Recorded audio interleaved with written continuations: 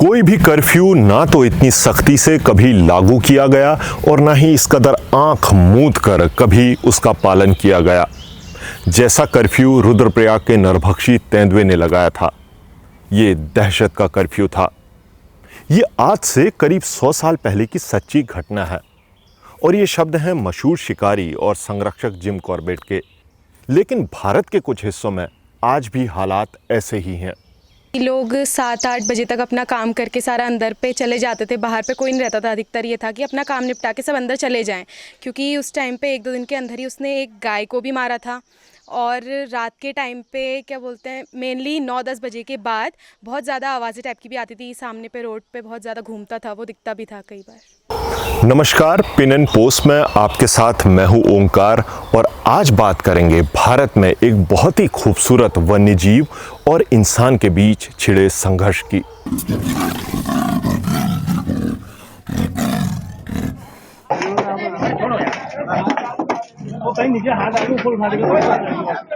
दुनिया में सबसे ज्यादा नरभक्षी तेंदुओं और बाघों का शिकार लखपत सिंह रावत ने किया है। मैंने जब उनसे बात की तो उन्होंने कहा कि जब भी उन्होंने किसी नरभक्षी को मारा तो उनके भीतर भी कुछ टूट गया, कोई हिस्सा मर गया। वो इस संघर्ष के तमाम पहलू देखते हैं। चलिए उन्हीं की नज़र से समझते हैं इस संघर्ष को।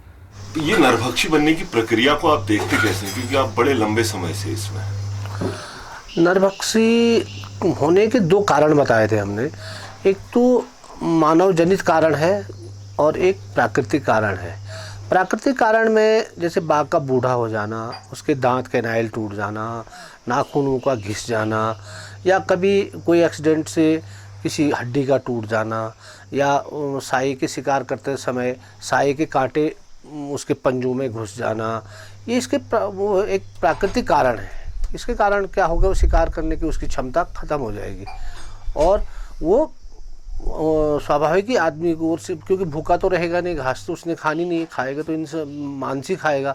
तो इंसान सबसे ज़्यादा दिख रहे, तो सरल शिकार भी है, तो इसलिए इंसान का शिकार करना उसको कंपलसरी तो नहीं, पर लेकिन एक प्रकार से वो कर सकता है उस समय, भूखा न रहे तो। फिर बच्चों के दूध के लिए है, क्योंकि फीमेल लगभग 75% फीमेल ही अधिकतर मैनीटर होती है, क्योंकि उसको बच्चों के लिए, दूध के लिए तो किसी भी हर हाल में शिकार चाहिए।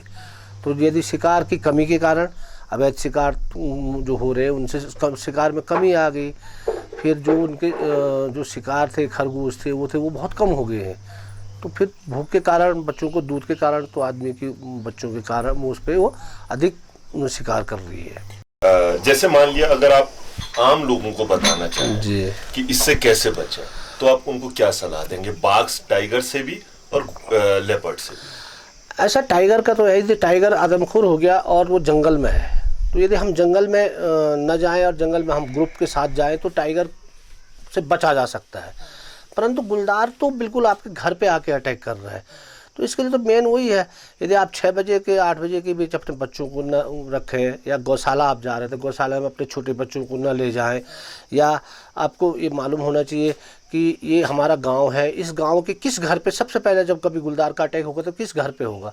तो जो रास्ता जंगल से आ रहा है और उस पर पहला घर जो पड़ेगा, हमेशा उस पर अटैक पहले होगा, तो वो उनको सतर्क कर दे, भाई जब कभी गुलदार का अटैक होगा तो सबसे पहले आपके घर पे होगा।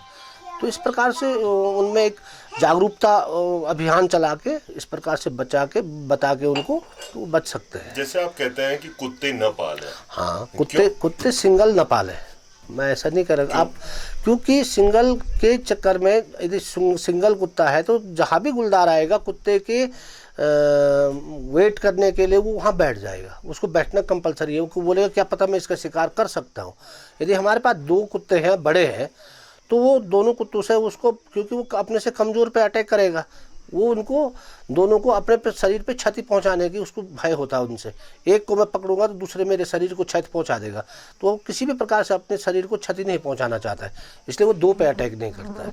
इसलिए कभी भी पाले तो 2 कुत्ते पाले, और छोटे कुत्ते बिल्कुल ना पाले, क्योंकि यदि आपने कुत्ता पाला है और जंगल से आने वाले रास्ते का पहला घर आपका है, आपके पास सिंगल कुत्ता है, तो आप समझ लो श्योर कि आपके घर पे गुलदार बैठेगा और वो 9-9 घंटे तक वेट कर लेता है, एक ही स्थान पे बैठ के 9 घंटे तक इंतज़ार कर लेता है। तो आप तो स्वयं उसको बुला रहे हैं ना वहाँ।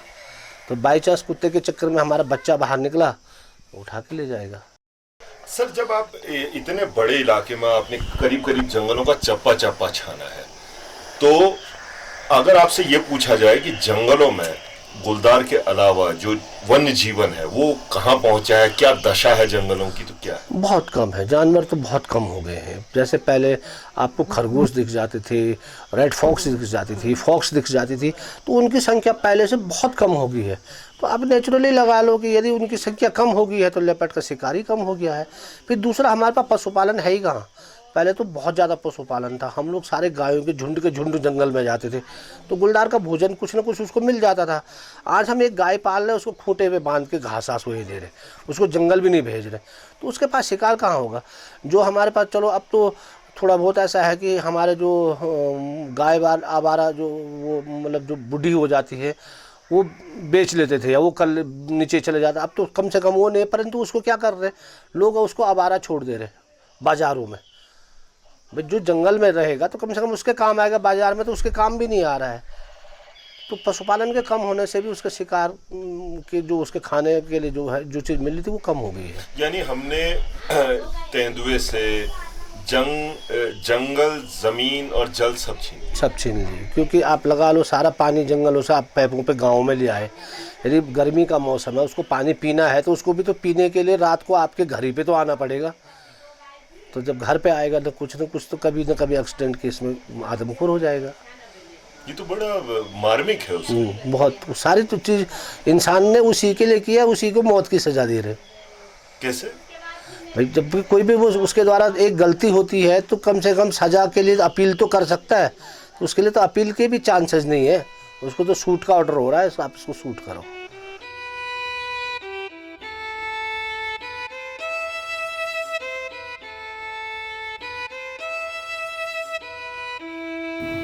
तो दोस्तों, अगर आपको ये वीडियो अच्छा लगा तो इसे लाइक कीजिए, चैनल को सब्सक्राइब कीजिए और नोटिफिकेशन वाली बेल भी दबा डालिए, घंटी बजा डालिए। अच्छी जानकारी अगर आपको ये लगी तो इसे ज़्यादा से ज़्यादा लोगों के साथ शेयर कीजिए। पिन एंड पोस्ट में अगले हफ्ते एक और अच्छे टॉपिक के साथ आप लोगों से फिर होगी मुलाकात। नमस्कार।